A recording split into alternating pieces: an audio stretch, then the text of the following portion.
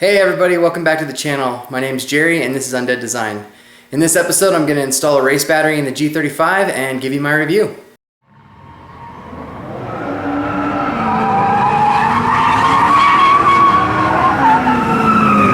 Alright guys, here's my new battery from Excess Power. The reason I ended up choosing this brand is because it was available to me through a guy that I drift with. He works at a local radio shop, and this is a brand that they work with. I ended up with the D series, a Pt.6 battery, instead of going with the race series because they didn't deal in the race series, but the reps supposedly said that they're basically identical batteries, so just different branding. So start off with, we got the posts there, and then information, stickers, always love stickers. And then here's the battery, and you can see it's pretty small. I mean, just because we're so used to gigantic batteries, I'm skeptical as to whether this would even start my G35. But anyways, pretty lightweight. I can handle it with one hand. Not too bad. We're gonna weigh it in just a minute compared to the stock battery. So here you go. It's a solid core or gel core or something, so that it can be mounted at any angle. It doesn't have any liquid in it. So that should make it easier to work with, although I'm just going to mount it in the stock position for now. Eventually I'd like to move it to the trunk, so we'll see. Alright guys, we're going to make a comparison between the stock battery and the new drift battery that I got for the car.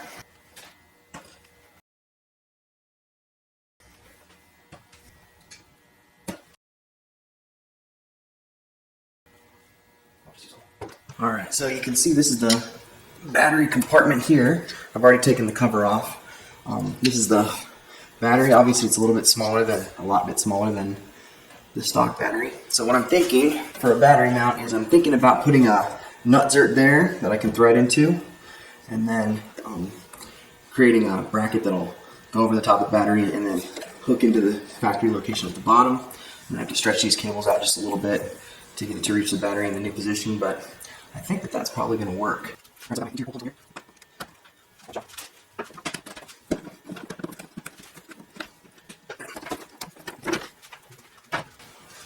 Alright, so for my bracket I've got a piece of 1/8 inch by 3/4 inch, just steel, and doesn't have a lot of flex to it, so I'm hoping that once we get it in the right shape that it'll hold the battery in place pretty solid. So I'm gonna heat it so that I can bend it easier, and then just stick it in the vise, hammer it over, try and get my bends in there. I'm gonna leave some room on the end so I can cut it down and then drill it out for the mount point near the firewall, and then again shape it on the other end and figure out how the mounting point's going to work for the front side of the battery. So there you go.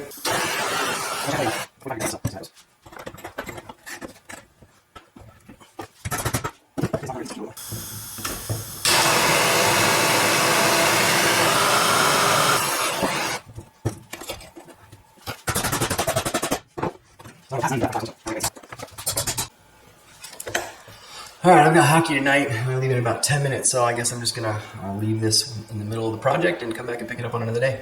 Catch you guys later. Alright, so I got this bend in it now. So this is where it's going to go up against the firewall. This bend is going to go over the edge of the battery to hold it in place. Top of the battery will be here. I'm going to put another bend in and then figure out how I'm going to, rig it to be tight and tensioned on this side.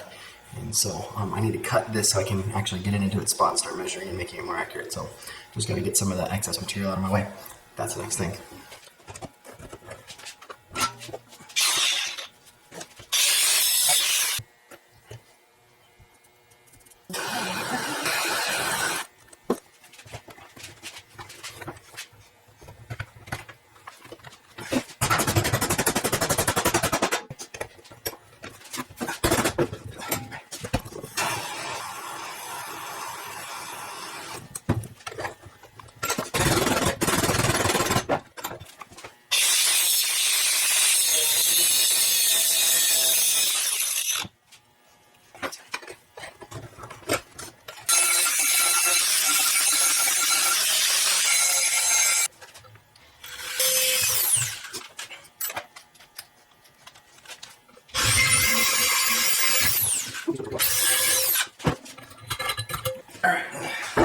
So this is where we're at now. got the bracket that is going to sit on there like this. So what I'm going to do to try and modify it is the battery is going to sit right here at the back of the box.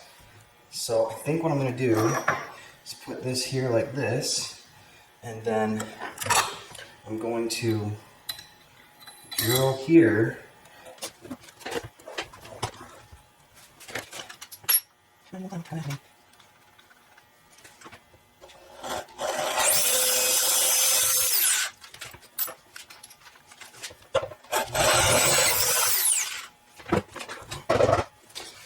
Alright, so I put 2 drill holes right next to each other and then cleared out the middle part. That should give me enough room to get the tie down rod through it. Yep, there you go. Looks all just perfect. Alright, so I found this. This is a piece of like the seal that goes on the bottom of the garage door that I have left over, so I'm going to use that as a rubber buffer for my battery.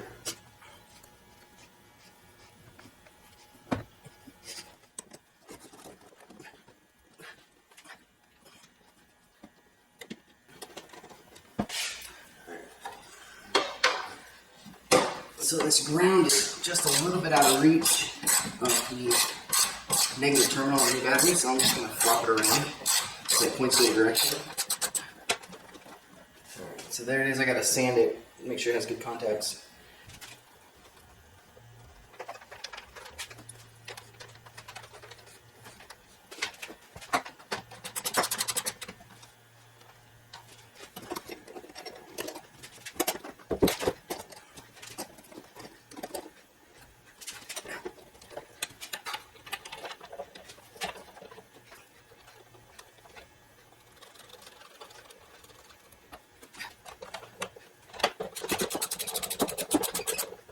Alright guys, so as you've seen in the description, some of my install footage is as much as 2 years old, and I wanted to give you a review on that battery that I installed.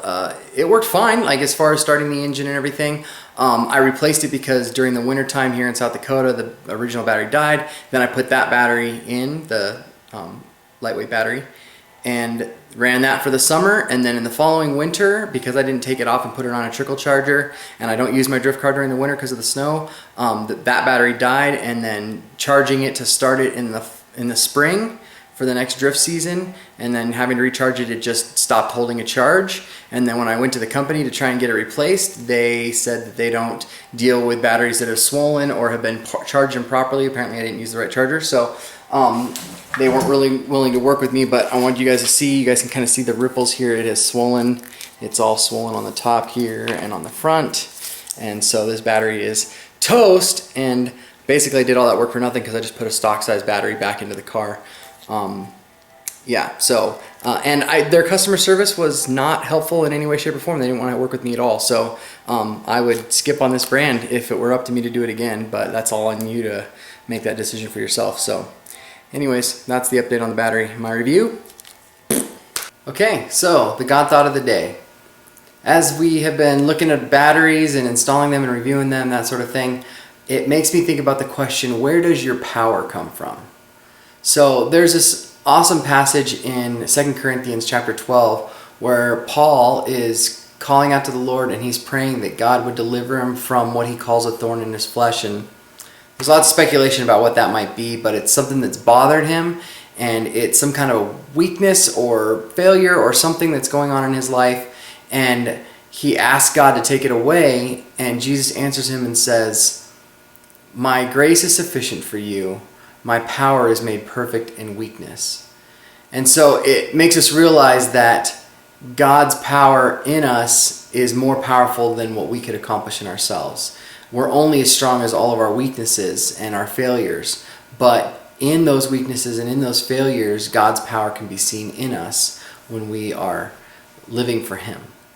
So that's my thought on power and how God's power pours into your life. Have a great day, guys.